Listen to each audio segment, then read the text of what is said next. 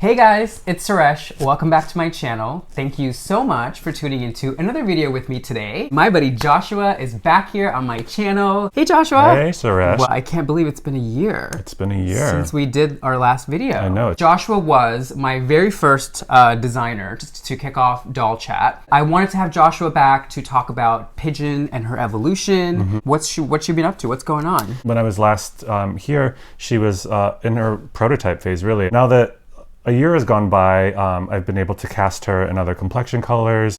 Yeah. I've been able to add to her articulation, to give her new feet. And I have clothes for her now and different kinds of wigs and different kinds of... her wardrobe is amazing. Thank you. Tell me a little bit about the wardrobe real quick. Like, where do you source all these pieces from? Are there like independent designers that create this? How does it work? I work with several different people that help me with sewing. So it's still sort of kind of in-house. I like to source the fabric myself. I still do all the designing myself. You know, I go to Mood or I go to the Garment District and I pick out the fabric. I have people that specialize in like doll hosiery and undergarments. I have people that specialize in dresses. I have people that specialize in like doing, you know, very particular fitting things, or people that are very good at recreating like a Hollywood look. I've done dolls inspired by old movie stars like Jean Harlow or Marilyn Monroe. I just finished one based on Audrey Hepburn in the movie Roman Holiday that I brought to show you guys. Yes, I see her back there. She's gorgeous. Thank you. Yeah, she turned out really well. So when a customer reaches out to you, like, do they literally say, like, I love Audrey Hepburn, I would love an Audrey Hepburn-esque Pidgin? Yeah, exactly. Okay. So, you know, it's very collaborative, and they'll send me photos. It's never exactly her. It's always Pidgin sort of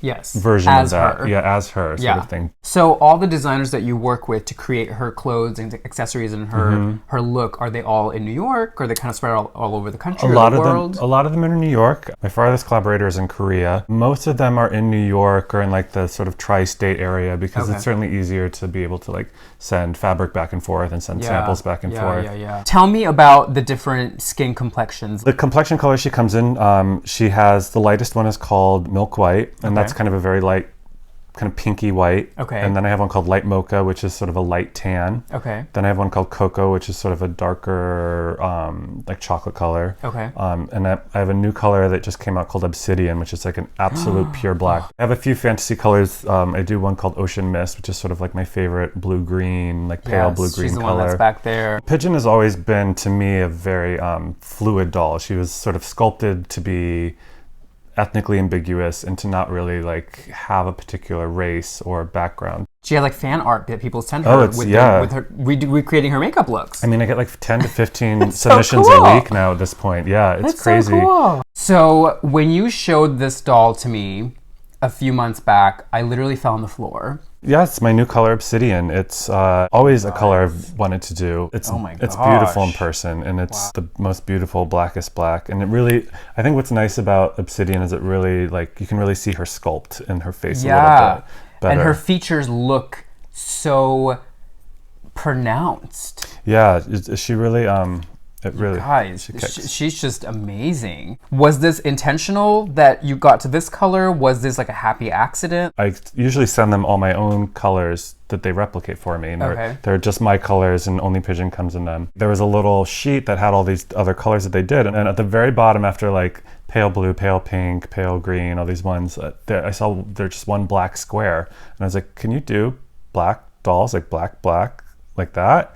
And they're like, yeah. And when they came, I was like, oh my God, like this is like my favorite. It's pure magic. The response to it has been pretty overwhelming. She's amazing. I want to talk about price for a second. As much as everyone loves and appreciates her, I think a lot of people are kind of like gobsmacked about why she is priced the way she is. Of course. How would you phrase it for people who perhaps are like Barbie collectors or like Monster High collectors? $50 is a lot to spend for them. Like, how do you explain to them like this doll is something very, very different? I mean, the main difference between Pidgin and a doll like Monster High or a Barbie doll is that Pidgin is an art doll, which means that she's produced by an artist, an independent person. And the process for doing that is very different. When a commercial doll is manufactured, they're typically made in plastic or vinyl. They're made in huge quantities because the molds are metal, and there's a distribution system set up, and Right. you're able to produce these large numbers of dolls, which can produce a much more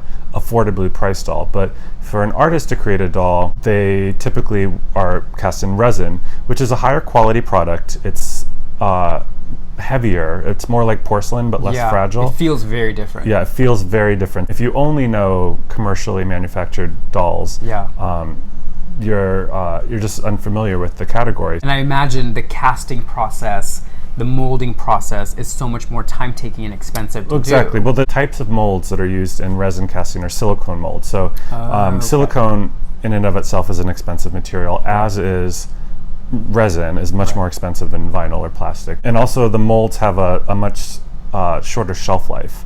Oh, interesting. So they can only produce like a certain number exactly. of They can maybe get like 20 or 30 pulls out of a, Oh, out really? of a mold That small? before you have to remake them, yeah. So in commercial manufacturing, which is Mattel, Integrity, Hasbro, all that stuff, they would use a metal mold to do tens of thousands, if not even more, because metal can withstand a lot, right? So what you're saying is that for you, for Pidgin, each mold is silicone and it can only produce 20 to 30 dolls. Right. So that in itself is an expensive process. Exactly. Because you have to remake those molds each time. Exactly. Is it not possible to do a resin doll with a metal mold? I don't think so. I think the resin might bond to it. The thing about silicone is nothing sticks to silicone except silicone. You have to slit the mold open and then pull it out each time, which can change the mold. Yeah. Each one is hand painted by me, the artist, and each garment is hand sewn by people that I know. The production is just a lot more boutique and a lot. And you can't pay these people, your friends, $3 or $4 for something. Exactly. It takes hours and hours of their time to do. Exactly. No, it's. I mean, it takes almost as long as doing a real human garment. Whereas if you're in a factory and you're doing 500 of a garment, you can definitely set up a system where you can run through them a lot quicker, and so production costs can be lowered. And I think offshore production generally tends to be more cost efficient, which is why so many companies go to the Far East or something like that. Exactly. What I mean? Do you think that in the future you would ever want to do a version of Pidgin, perhaps even the same size or smaller, that is in vinyl, that might be more cost conscious? I would love to, yeah. I mean, I'm definitely looking into it. A ready-to-wear version. Yeah, ready-to-wear version. Couture is not for everyone, darling. Exactly. If you can't afford Pidgin, which I totally understand. She's a handmade artist doll that takes weeks to do. Follow her on Instagram and just enjoy photos of her. She's not recreate her makeup. I also want to touch a little bit about Pidgin's travels over the past year. I feel like she's been jet setting around the world. She's been traveling. So tell us where she's been. We've been to a lot of shows in the U.S. So we were in Boston and we were in Los Angeles and Pasadena at the Designer Con. We went to Seattle and Portland. Internationally, we went to Barcelona. We went to Milan. We're going to go to France in a little bit.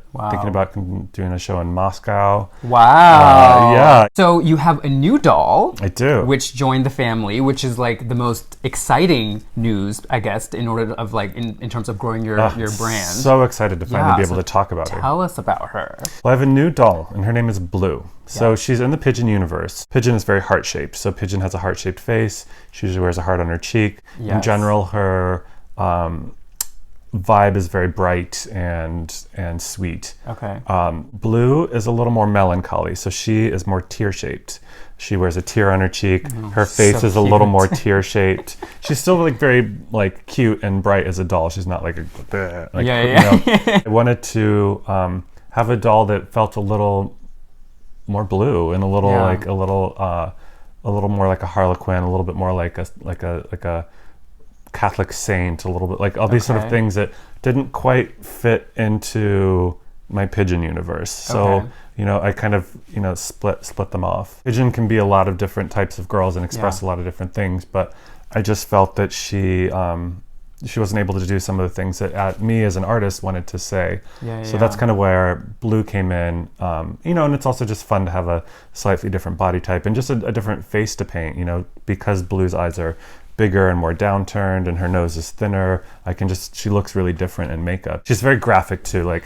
She's not always gonna have black hair, but in general, I like her with very sort of severe short bangs. How is her body different than Pidgin's? She's just a little narrower in the hips and the buttocks, whereas Pidgin is a little curvier. I did want them to be able to share clothes. People really like respond to her. They're like, oh, I love Pidgin, but Bleu just really takes my heart. I think there is something about really? Her, I love that. Her melancholy that resonates with people. Yeah. So many dolls can be so bright and chipper. It's just nice to have moods and to feel a little different. Think of her feeling as that feeling you get after you have a good cry, you know, where it's like, it's almost like that sort of sense of relief. Yeah, kind of? You know, it's not even necessarily like that she's crying. It's almost that the crying feels good is who she is. Tell us when Blue's going to be released, because she hasn't come out to the public yet. Yes, she's past her prototype phase. Okay. I'm going to do a small edition of Bleu that'll be maybe like 3 to 5 dolls that I'm going to try to release, you know, sometime this summer, midsummer. Okay. So this will be my second year at the Modern Doll Collectors Convention. This year it's going to be at New Orleans, and the theme is Belles of the Bayou.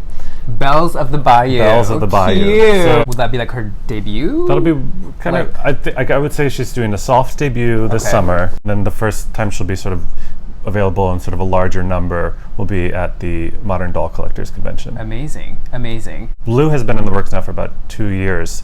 And I knew that I wanted to do a second doll, and I knew that there were things that I wanted to express with a fashion doll that just didn't feel like Pidgin. It didn't feel right. Pidgin has a very doll-shaped face. That's kind of part of her identity is, you know, that Pidgin is a doll. Like the character is a doll, as opposed to Monster High, where they're monsters in her high school, and this is the doll of them. Right. Pidgin as a character is a doll. So she has a sort of doll-shaped face, and I wanted my second doll to also have a doll-shaped face. How do I create something that feels like a doll you already know, but also feels fresh and new? It's very much about like sort of the Harlequin or the Biba girl, that sort of idea of a doll face, kind of twiggy, where it's a little more downturned and a little not even melancholy necessarily, but just not so heart-shaped and bright. Where did you come up with the name?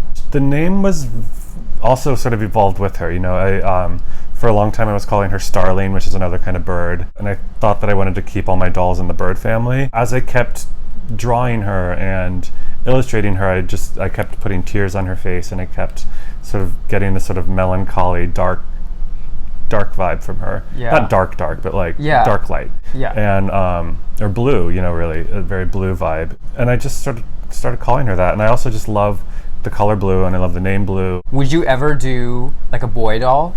That's doing a boy doll is definitely like my next. Really? You would make the prettiest boy doll ever. I created one in porcelain when I was really early doing Pidgin. I named him Jay, which is also in the bird family. Okay, yes. And also my first initial. And he had a very pretty face. I don't know if it's going to be him or something else. Dolls to me in general are a very feminine expression. My artistic vision has always been very feminine. And so I feel like if I did a boy doll, it's still going to be kind of very genderqueer and sort of still veer aesthetically more feminine. He'll be so on trend though. Like culturally on trend. I suppose so. I think if I tried to create a butch doll, or like a masculine male doll, it would feel like an accessory to the girl doll, and that's not what I want. I think that dolls inherently are about feminine play, so I want I can't see it. I haven't done it yet, but I can't see creating a boy doll that doesn't feel feminine in some way. So looking forward into the next year, what are you planning for the girls? We're definitely going to be traveling more, going to more doll shows, meeting other doll artists and meeting people. I certainly have a lot of behind the scenes projects that I can't talk about too much yet, because as they change and evolve. You are a busy guy. Always something happening with her. I mean, to really create your own doll, you really have to wear a lot of different hats, and to keep the ball rolling, and also keep it interesting for yourself, you know? Absolutely. You can't just do the same thing over and over again. Thank you so much. This has been so fun. Thank you for having me. Oh my God, anytime. Please bring all the girls over anytime. Thank you. Make sure you follow them on Instagram. Make sure to tag Pidgin and Bleu on any posts that you guys do if you recreate their makeup looks. I'm sure Joshua would love to see them. Love to. I hope you guys enjoyed this video. I hope that you learned something. Please be sure to give it a big thumbs up, and don't forget to subscribe. Make sure to hit that little bell icon after the subscribe button. That way you guys are notified every Thursday when I upload a new video. Until I see you guys again, me, Joshua, and Blue and Pigeons, we're all going out to Williamsburg. We'll go have some dinner, have some drinks. Enjoy the sunshine. Yeah, exactly. Wherever you guys are in the world, I hope you're having a fantastic day. Big hugs and kisses from me, Joshua, and all of our girls here in New York. Mwah! And I'll see you guys again next Thursday for another video, okay? Bye. Bye.